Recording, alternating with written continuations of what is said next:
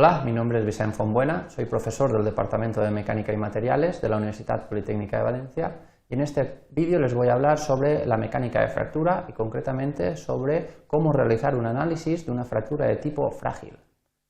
El índice de contenido se divide en los puntos que vemos en pantalla. En primer lugar hablaremos sobre qué es la mecánica de fractura, lo que también podemos denominar fractografía, y veremos qué tipos de fractura podemos encontrar en componentes.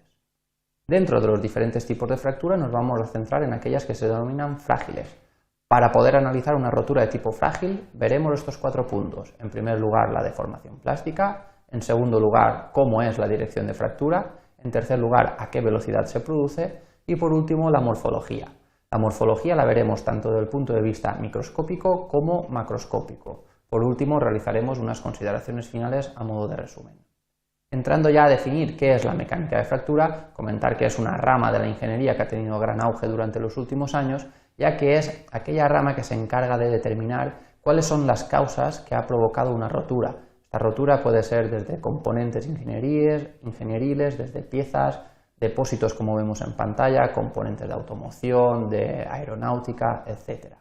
Por tanto, nuestro objetivo, los objetivos formativos que vamos a poder recibir viendo este vídeo es conocer y analizar desde el punto de vista tanto macroestructural como microestructural una superficie fracturada. En este caso lo que vamos a realizar es analizar las fracturas de tipo frágil. ¿Para qué? En primer lugar para identificarlas y en segundo lugar para determinar qué mecanismo ha podido generarla. En cuanto a los tipos de fractura, tradicionalmente se han dividido en dos en función del comportamiento mecánico. Bajo este criterio se dividen en las fracturas en función de la cantidad de deformación plástica que ha acontecido previamente a la rotura. Bajo este criterio, como hemos dicho, se dividen en dos tipos, fractura dúctil y fractura frágil, que es aquella que ocurriría, por ejemplo, en un cristal o en una cerámica. En este vídeo nos vamos a centrar en analizar cómo es una fractura de tipo frágil. En primer lugar, lo primero que deberemos tener en cuenta para analizar este tipo de fracturas es cómo es la deformación plástica. Tal y como vemos en la imagen de una pieza fracturada de tipo frágil, la deformación plástica va a ser poca o incluso nula en la propia vecindad de la grieta. Esto es un importante aspecto a tener en cuenta. En el momento en que no detectemos deformación plástica, es muy probable que nos encontremos ante una fractura de tipo frágil.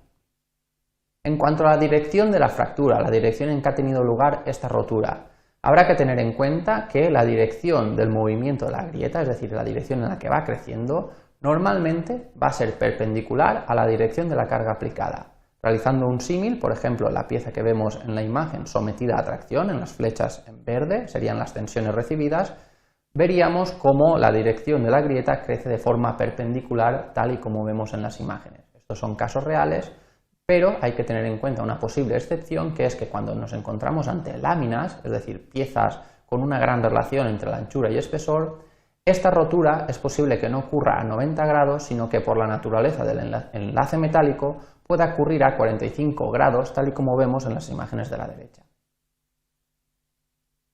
En cuanto a la velocidad de fractura, es decir, a qué velocidad se produce esta rotura, hay que tener en cuenta una cosa, que la fractura frágil se produce a gran velocidad.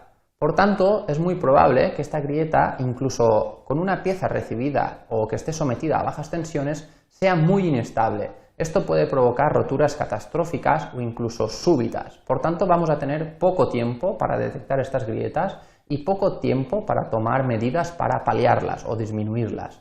Esto provoca efectos catastróficos en maquinarias, tal y como vemos en las imágenes, o en el caso de una grúa de construcción, o un caso históricamente famoso como es el caso Liberty, construido a mediados de la Segunda Guerra Mundial. Por último, ¿cómo va a ser la morfología de este tipo de fractura? Ya hemos visto que va a haber poca deformación plástica. Ahora vamos a realizar el estudio de la morfología de la superficie fracturada desde dos puntos de vista. Desde el punto de vista micromorfológico, es decir, con la ayuda de microscopios, y desde el punto de vista visual, macromorfológico. Nos centremos primero en el punto de vista micromorfológico, es decir, con la ayuda de microscopios. Hay que tener en cuenta que la propagación de la grieta desde este punto de vista se debe a las sucesivas y repetidas roturas de los enlaces atómicos a lo largo de los planos cristalográficos presentes en la mayoría de los metales. Esto puede dar lugar a dos tipos de roturas, las que se denominan intergranulares y las que se denominan transgranulares. Hay que tener en cuenta que las intergranulares, la rotura se va a producir, tal y como vemos en la imagen de la izquierda, a través de los bordes de grano. Esto puede ocurrir en piezas que hayan estado sometidas a tratamientos térmicos que lo que provocan es, por ejemplo, en un proceso de soldadura, que exista un empobrecimiento del borde de grano. Por tanto, va a ser la zona más fácil para la grieta para propagarse. En cuanto a las roturas de tipo transgranulares, hay que tener en cuenta, como vemos en la imagen de la derecha, que estas transcurren atravesando los granos cristalográficos, los planos cristalográficos. Por tanto, va a ser roturas mucho más súbitas. Hay que comentar que industrialmente hay mayor proporción de que existan roturas de tipo transgranular que intergranular. Por último, la macromorfología, es decir, qué aspecto tiene a simple vista. En primer lugar, como ya hemos dicho, hay que tener en cuenta, y tal y como vemos en los ejemplos de las imágenes, que va a haber una ausencia de deformación plástica. Esto va a dar lugar a superficies rotas muy lisas, sin desgarro de material. El plano de fractura va a ser perpendicular a las tensiones recibidas, como hemos dicho.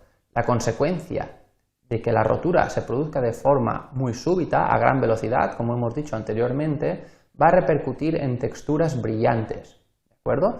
Puede ser también que exista falta de oxidación, porque esta rotura ha crecido muy rápidamente y no da tiempo a que se produzcan procesos de oxidación.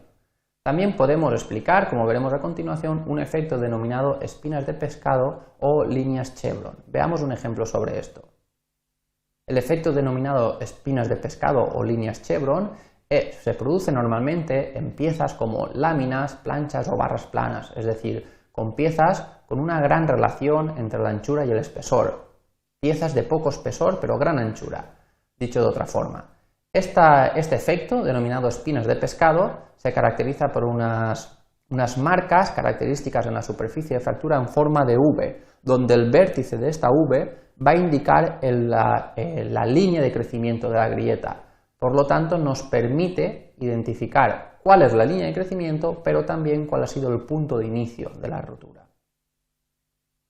Por último, resumiendo todo lo comentado anteriormente, comentar que el análisis detallado de una superficie de fractura nos puede aportar muchísima información, en primer lugar para identificar qué tipo de fractura ha ocurrido y sobre todo buscar el mecanismo que la ha provocado para así intentar paliar estos efectos.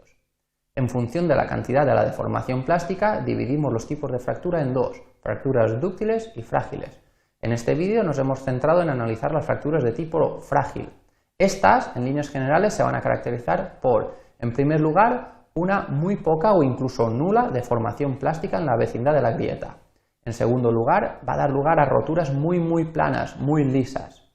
Las fracturas normalmente se van a producir en ángulos de 90 grados respecto a las cargas aplicadas, exceptuando, como hemos dicho, en láminas de reducido espesor y gran anchura que puede provocarse una rotura a 45 grados debido al compuesto metálico. Y por último, la topografía desde el punto de vista macroscópico va a dar lugar a superficies lisas y brillantes y normalmente con ausencia de oxidación. Gracias por la atención.